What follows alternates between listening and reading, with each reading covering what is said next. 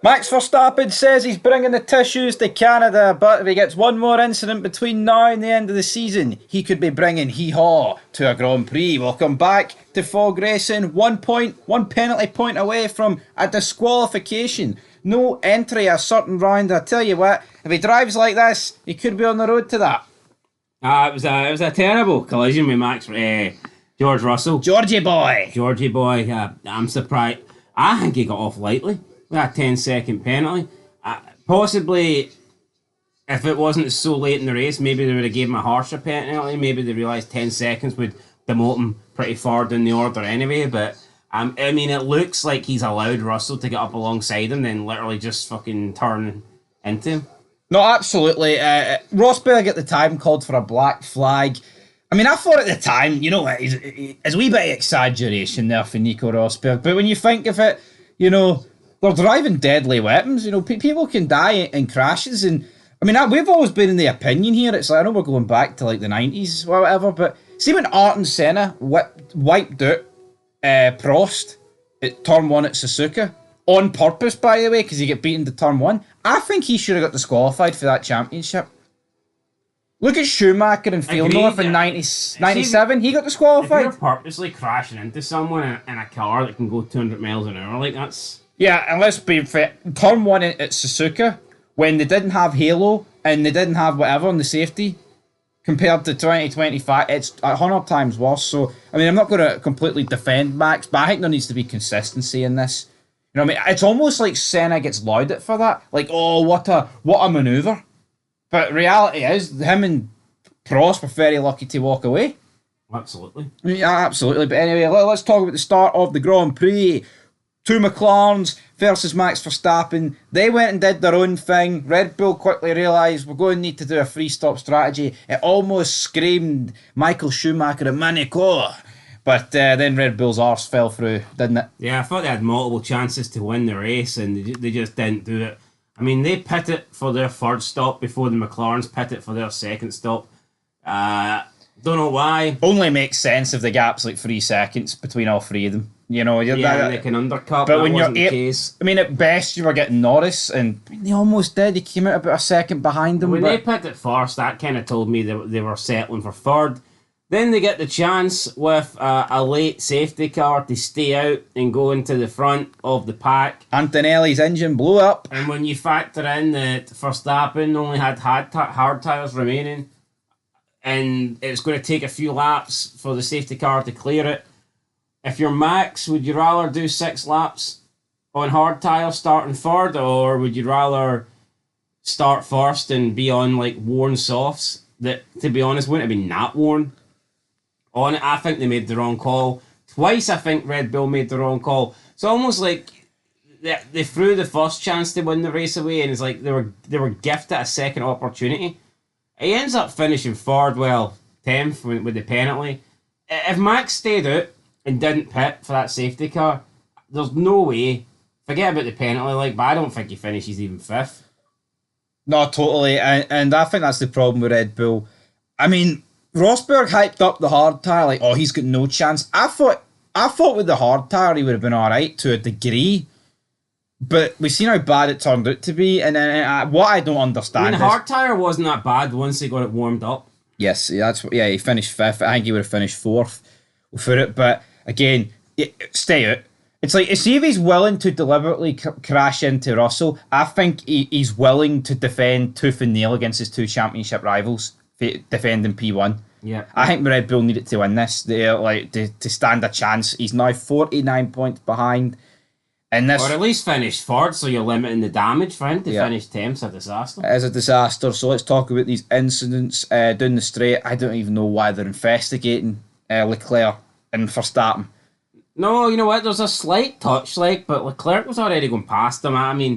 Verstappen was crying about this as if Leclerc just bashed into the side. There was a slight nudge. Yeah. Then into turn 1, George Russell. And you know what? Leclerc, I think, did move over a bit, but Verstappen could have avoided it, couldn't you? That's it, but he wanted to slipstream ahead, so he didn't want to pull out of it. But Russell overtakes Verstappen, almost. Verstappen takes the run off. keeps the position. For me, this was fine because Russell was kind of out of control and forced Verstappen off. So yeah, plus he wasn't. Russell hits him. Plus Russell wasn't in front, so I think Verstappen is entitled to take to the slip. Yeah, the stewards have come out since then and said they wouldn't have gave Max a penalty for that. But Red Bull pretty much...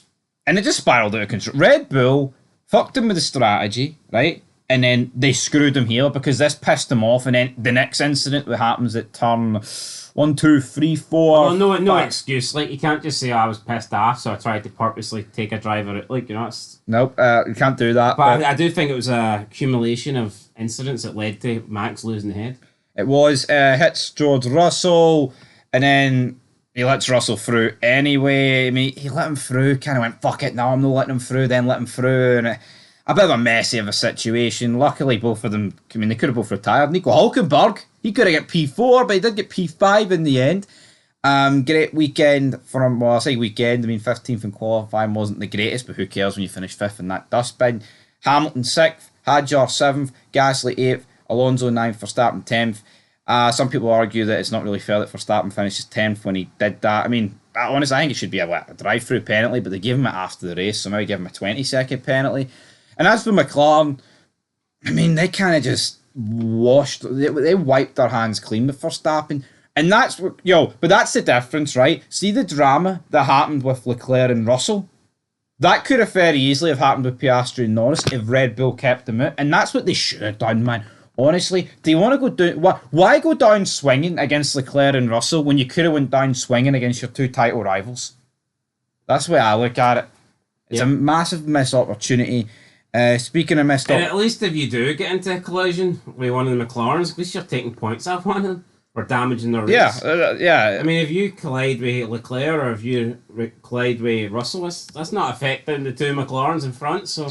Absolutely not, but Piastri won for Norris, Leclerc got a decent P3, Alonso got his first points this season. Congratulations. I didn't think he was going for a long time, didn't look like he was going to get it. As good as a drive as it is, I do think he's threw away more, because that part where he flew off the track, that's cost him big time. Yeah, that put him behind a lot of cars.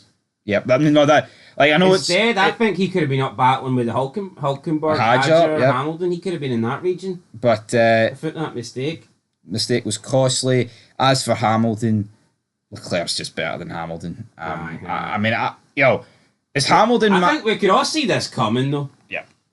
Is Hamilton much worse than he was 5 years ago?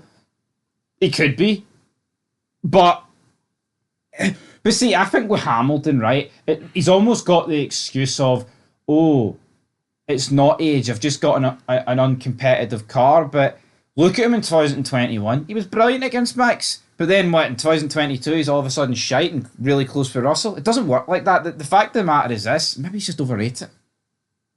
Well, I mean, some could argue he's just in the Ferrari, it's his first season, and you could factor that in, I guess, but... you could, but I expect it better. Hamilton's a guy past his prime, facing a guy that's in his prime. True. But I mean, to get beat by Hülkenberg, and very lucky to hang on against Hadjar, by the way.